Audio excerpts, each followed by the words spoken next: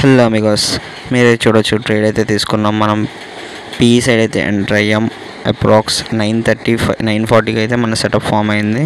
9:35కి enter అయ్యాం. మీరైతే చూడొచ్చు ట్రెండ్ రివర్సల్ అయితే స్ట్రాటజీ అప్లై చేసాం.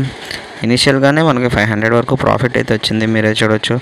అదిగోండి 300, 400, 200 ఒక్క చిన్న స్పైక్లో అయితే మనకి 300 అయితే వచ్చింది.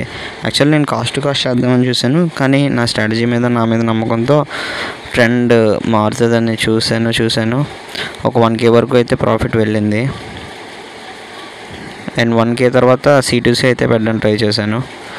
ఇక్కడైతే నేను ఒక స్క్వేర్ బాక్స్ అయితే గీసాను. ఆ రెక్టాంగిల్ బాక్స్ దాటితే చాలా ఎక్కువ ప్రాఫిట్ అయితే వచ్చేది. నేను అనుకున్న టార్గెట్ రీచ్ అయ్యేది, కానీ కిందకు వచ్చింది. C2C చేద్దాం అనుకున్నా, C2C చేయలేదు. ఎందుకంటే I'm two over confident and చాలా గ్రీడ్ ఎక్కువైపోయి ఓవర్ కాన్ఫిడెంట్ అయిపోవడం వల్ల నేనైతే ట్రేడ్ క్లోజ్ చేయలేదు. అండ్ నెక్స్ట్ దేవుడు ఛాన్స్ ఇచ్చాడు. ఎక్కడైతే బాక్స్ క్లోజ్ అయిందో అక్కడే అసలు తీసేయాలి. మళ్ళీ వచ్చింది ఛాన్స్. అయ్యో, మార్కెట్ మా వైపే మారిపోతుంది, నేను అనుకున్నది అయిపోద్ది అని అనుకోవడం అన్నది చాలా తప్పు. ఎందుకంటే హోప్ అన్నది సరదా తీర్చేస్తుంది. ఒక 900 వచ్చినప్పుడు తీసేద్దాం అనుకున్నా, ఇలా 500 ఎస్ఎల్ ఇవ్వాల్సింది 1300 ఇచ్చా. మీరు చూడొచ్చు. వన్ మోర్ ట్రేడ్ మనం 2:30కి అయితే తీసుకున్నాం.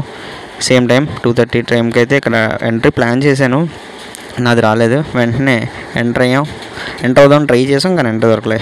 అంతే, దట్స్ ఇట్. 1300 లాస్.